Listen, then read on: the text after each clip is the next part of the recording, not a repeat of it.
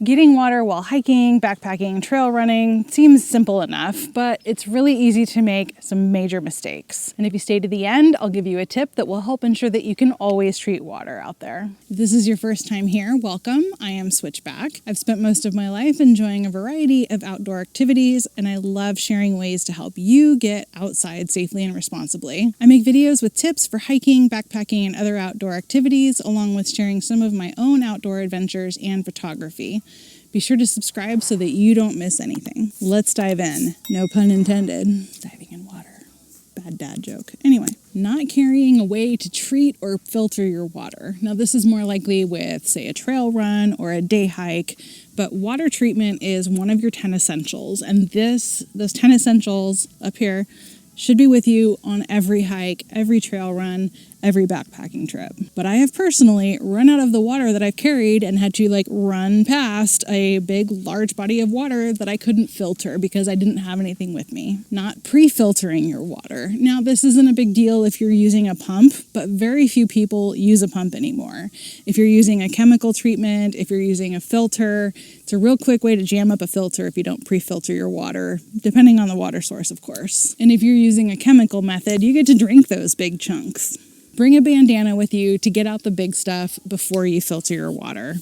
I just spread mine over the mouth of my Nalgene or over the bag opening for my CNOC bag, and it takes a few extra passes, but it's worth it. And be aware that more passes mean you may kick up more silt, which just justifies the need for it even more. Not practicing, getting familiar with, and checking your filter before you get out there.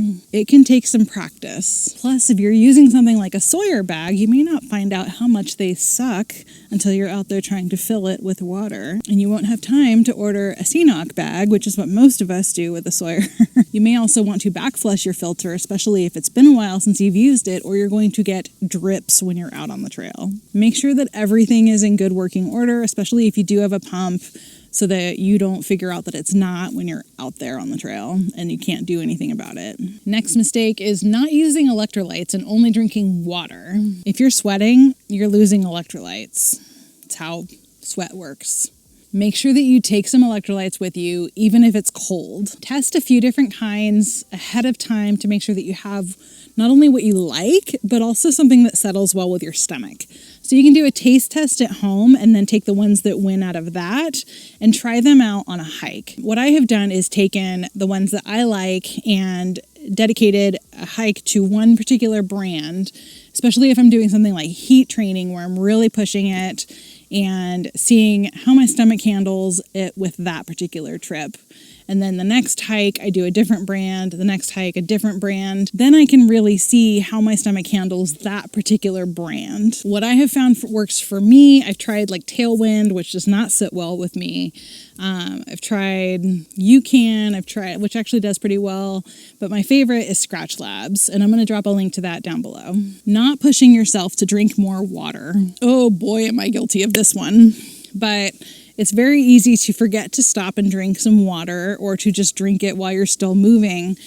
And if I'm using trekking poles and I have to stop and put the pole in my other hand and then get my tube and put it in my mouth or open my Nalgene or whatever, and I don't drink nearly enough water. And it's even worse if you have to actually stop and go get your water because of however it's stored. If you're at a water source, camel up before you go so that you're not having to carry as much of it while you're out on the trail either. Letting a filter freeze. Big mistake. This isn't even just out on the trail, but when you're at home or when you're storing it or when you're traveling. If you store it in your garage, could it freeze there? If you live in Florida, probably not. If you live pretty much anywhere else, it might freeze. Now, I had to replace my Sawyer. This is my new one because we were traveling in Moab, Utah, and we stayed in a hotel one night, and I didn't think about my Sawyer being in my car, and it froze overnight. I have not checked to see if it works or not, but frankly, it's worth the $40 for some peace of mind and knowing that it will work. Now, if you are on the trail and it's freezing where you are, put this inside of a coat pocket or something like that. You can put it in a Ziploc. I wrap it up in a bandana because this is my designated dirty water bandana. It works very well for me. Not researching your water sources where you're going. Big, big, big mistake.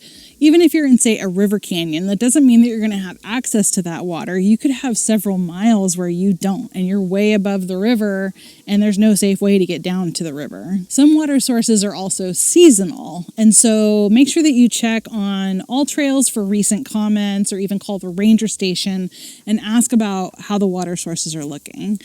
So I know that Yosemite, for example, actually puts on their website which creeks are running, which ones are not, and that is super helpful when you're planning. But double check the date that it was updated. Also find out if there are potentially any heavy metals in those water sources, if it's, say, downstream from an old mine. And certainly if you're going to the desert, I hope you know you need to plan your water sources carefully. I would hope that you would know this. But you will probably need to cache water, which is basically like stowing water in different places before you go.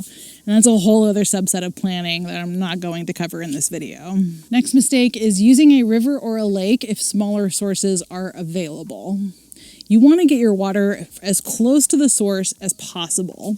Rivers and lakes are more likely to be contaminated with road runoff, with chemicals from farms, boats, people swimming and peeing in the water. Really try to go with the smallest and like a flowing water source. And I have a video up here about looking for a good water source. Now for my bonus tip. If you are out, do not rely on only one method to treat your water. Always carry two. This is my kit. So I have my Sawyer that you saw with a CNOC bag. And as a backup, I have Aquamira, which is awesome. And I have had to use this before because I did not pre-moisten my filter. I did not backflush it. And I was literally getting drips. And Mountain Goat and I were on her first backpacking trip. So I was making a great impression.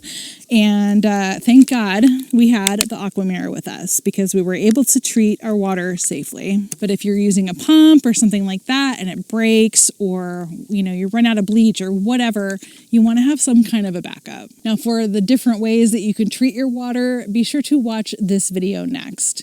Thank you so much for watching. If you got value, subscribe and like, and I will look forward to seeing you next time. Bye.